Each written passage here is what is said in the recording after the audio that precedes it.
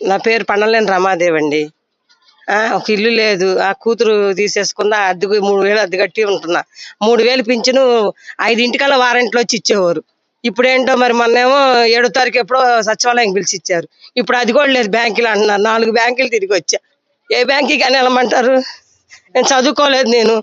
ఆ, ఏ బ్యాంకుకి అని వెళ్ళమంటారు? ఈ ఎండలో ఎక్కడ చావమంటారు? కొడుకులు బెటరు, కూతుర్లు బెటరు.